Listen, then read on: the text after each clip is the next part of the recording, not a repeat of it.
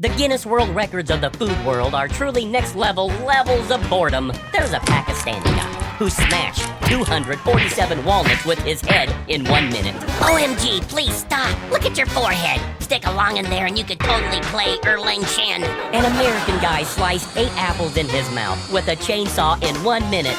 Bro, for people who are clearly done with this world, all I can say is respect. And a man from America popped 23 beverage cans with a whip in just 3 minutes. Oh my goodness, he's wasting drinks. And an Indian guy managed to stuff 459 straws into his mouth. Come on, couldn't you have pushed a bit harder to make it 460? Practice harder next time. A Siberian woman stuck 31 spoons to her face. That's quite a lot. Sis, that's really impressive. An Irish dude poked 3,170 toothpicks into his beard. What a waste of trees. Those toothpicks could have fulfilled their destiny cleaning teeth. But the absolute goat is a French grandpa known as the Iron Stomach King.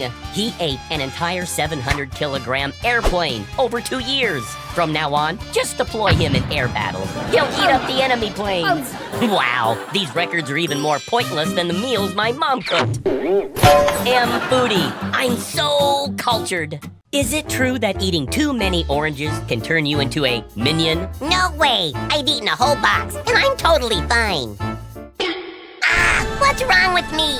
This condition is called carotenemia, also known as hypercarotenemia. What? Call me an ambulance. I'm cold. I need to go to the hospital. Don't panic. Turning yellow could be caused by the beta-carotene in oranges. Beta-carotene? What does that have to do with carrots? I'm eating oranges. Beta-carotene is a nutrient found in plants and fruits that the body converts into vitamin A. It was first discovered in carrots, which is why it's called beta-carotene. Just get to the point. Don't waste my golden hour for treatment. Well, beta-carotene is not just a nutrient. It's also a natural yellow pigment.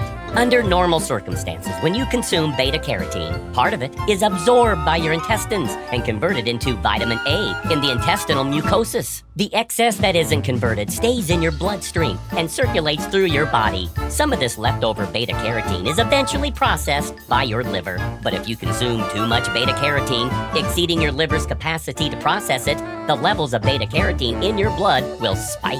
Since beta-carotene is fat-soluble and loves oily environments, it tends to accumulate in the lipid-rich layers of your skin. And voila! You turn yellow. Will I stay yellow forever? I haven't even found a girlfriend yet. Relax. Just stop eating oranges for a few days and you'll return to normal. Plus, being a little yellow can be charming. Just look at me. MFoodie. I'm so cultured. There's a food that will give you such bad breath that even chewing 100 pieces of gum won't help. Want to try it? It's the Antarctic Krill, a favorite of whales. Antarctic krill are tiny, but they form the largest population in the world. The krill, living in Antarctica alone, weigh about 5 billion tons. To put it in perspective, the annual global grain production is less than 3 billion tons. Starting today, if we stopped eating grains and only ate krill, it seems we'd still have plenty to eat. Hold on a second. All you think about is eating. Have you ever thought about how tragic life is for us krill? My grandpa went to great length to find a mate, and my grandma laid eggs 5 times a year, producing 10,000 offspring each time. Among them was my dad. My dad also married and had 10,000 children. And soon, our family was thriving with 48 generations under one roof. Just as my grandpa was about to enjoy family life with 2 million relatives, a blue whale showed up. With one chomp, he ate all 2 million krill. The whole family, gone in an instant. So I too had children, and eventually my family again reached 48 generations and 2 million members. Today is the day we seek revenge against the blue whale. Go! However, eating Antarctic krill does come with a price. Krill contain a unique enzyme that causes their bodies to quickly decay once they die. This turns the krill-loving blue whale into the king of ocean bad breath. And even scarier is the Antarctic fur seal, which is obsessed with krill. Its bad breath is 100 times worse than that of a dog. However, if we can prevent the krill from decaying, they're still delicious. MFoodie, I'm so cultured. Have you heard that recently, tens of millions of red crabs in Australia have started a massive migration, crawling everywhere? In fact, they're on Christmas Island, 1,400 kilometers off Australia's coast. Although the island is part of Australia, it's actually closer to Southeast Asia, with a population of about 2,000, and 63% of them are Chinese. The island is most famous for the red crab migration. These red crabs are actually terrible swimmers, and they live in the island's forests. Every October, the red crabs suddenly get the urge to find a mate. About 50 million crabs go wild and begin heading to their romantic destination, the seashore. Once love takes over, they move straight for the beach, scuttling sideways. If a house blocks them, they'll climb it. If a road blocks them, they'll cross it. Let's build some overpasses so the crabs can safely cross. If crowds block them, they'll even crawl over people. Each October, local traffic is thrown into chaos. You might experience the strange sensation of driving to the store only to run over 2,000 crabs on the way. They eventually make it to the shore, where they meet their mates and lay their eggs in the sea. The baby crabs start life as plankton, but as they grow, they realize they can't swim and rush to crawl ashore, joining the migration every year to find love. But with so many Chinese residents here, how have the red crabs been allowed to flourish so wildly? Well, they contain toxic formic acid, which isn't good for digestion. But the real question is, are you brave enough to try them? Some say the migration of 50 million red crabs might be the largest animal migration on Earth. I mean, have you heard of the Chinese New Year travel rush? MFoodie, I'm so cultured. We can see horses everywhere, so why don't we eat horse meat? Although horse meat isn't commonly eaten, it was actually once used to make dog food. Before cars were invented, the most reliable mode of transportation was horseback riding. But by the 1920s, more and more cars appeared on the streets of the United States. Horses were completely replaced by automobiles, and even their best friends, the cowboys, turned their backs on them. Yes, cars are just so much cooler. They really make a statement. Riding horses? That's so lame, bro. You, how could you, John? You heartless traitor. You just broke up with me like that. Stop! If you keep talking like that, I'll feed you to the dogs. Who do you think you're scaring? Hey, what's going on here? Since 1920, 500,000 discarded horses in the U.S. each year were turned into dog food. In Chinese folklore, there's a saying, stinky horse, great donkey, no more mule please. It means horse meat isn't very tasty. Donkey meat is the best, and mule meat, well, eat that and you might end up infertile. Horses' main job is running, so their muscles are much more developed than cows, sheep, or donkeys. Their muscle fibers are very coarse and have little fat, which makes them a bit dry and tough to eat. If not prepared properly, they can have a gamey taste. Also, horses have very small stomachs, unlike pigs, cows, and sheep, which can eat huge amounts of food, get fat, and then be slaughtered. Horses can only eat a little grass at a time. Their daily life be like run and run, get hungry, and eat some more grass, and then hungry again. So, horses need to graze for 18 hours a day. Raising a herd of horses consumes much more food than raising cows or pigs. So, it's much more expensive to keep horses. It's just not economical to eat them. Better to make money off them instead. MFoodie, I'm so cultured.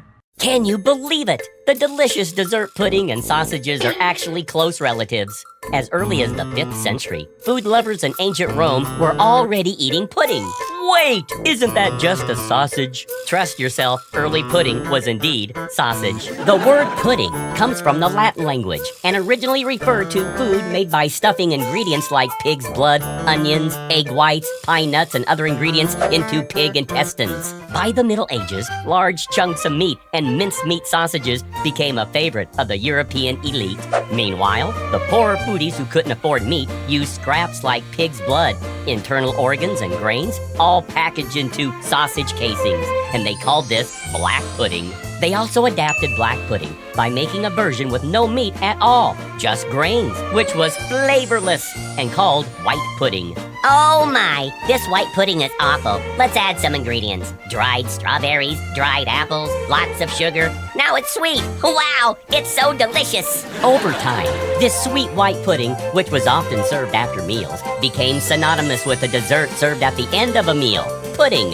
The pudding we commonly eat today actually originated from another Roman dessert made from eggs and milk known as egg custard. In 1840, the British replaced the eggs and the egg custard with starch, upgrading the dessert.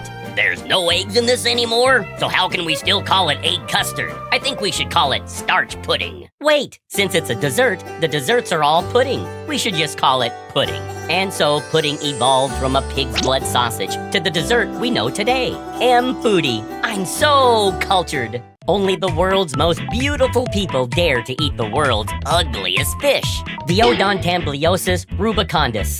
This creature lives along the coastal areas of China with a mouth full of buck teeth, eyes smaller than sesame seeds, and its body covered in slime. To call it ugly is an insult to the very concept of ugly. Ugh, I can't even. It's just too much for my self-esteem. But how did such an ugly creature become a delicacy? A fisherman went out to sea to catch fish and accidentally caught one of these monsters. Oh my God, what is this? It's so ugly. How can something be so ugly? Ugly enough to cause brain shrinkage and a heart attack. Ugly enough to give me chest tightness, shortness of breath, vomiting, diarrhea, dizziness, a fever. Oh no, I've encountered an ugly fish. This net is useless now. Oh no, I've touched the net. This boat is useless now. Oh no, I've touched the boat. The sea is useless now. Enough, bro. That's so mean. I'm so hurt. Here's a pair of sunglasses for you. Enjoy your meal. Yummy! And just like that, despite its ugly appearance, the Odontambliosis rubicondus, with its tender flesh, became a global culinary sensation.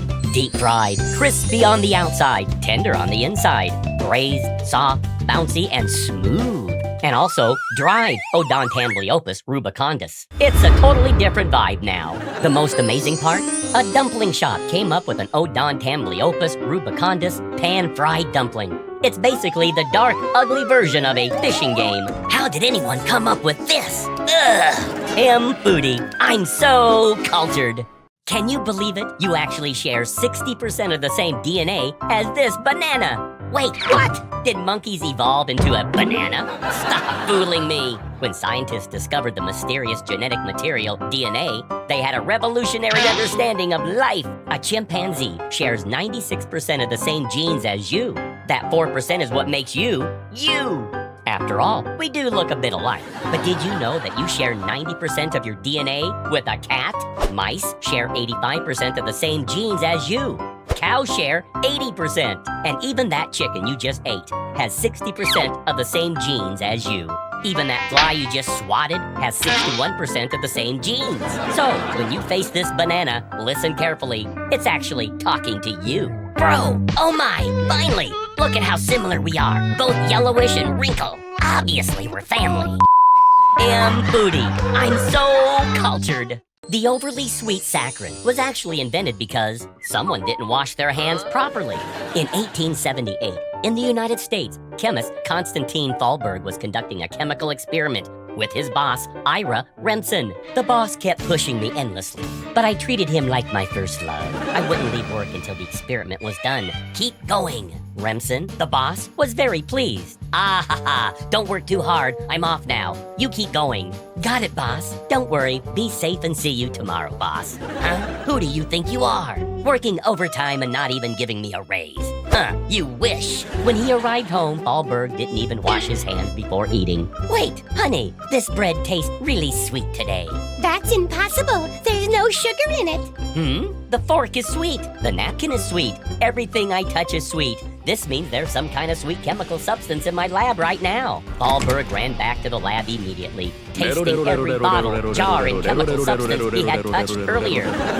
So sweet. This is it. Thalberg informed his boss, Remsen, and later they extracted a white crystalline substance from coal tar. This was saccharin, which was 500 times sweeter than sucrose. Boss, I need to pee right now. Just as Remsen was about to celebrate, Thalberg secretly left the lab and quietly applied for a patent for saccharin. Wait, how? The young man is so unscrupulous. Anyway, from that day on, Thalberg quietly became wealthy. However, nowadays, saccharin is considered one of the unhealthiest food additives. It's better to avoid it if possible. MFoodie, I'm so cultured.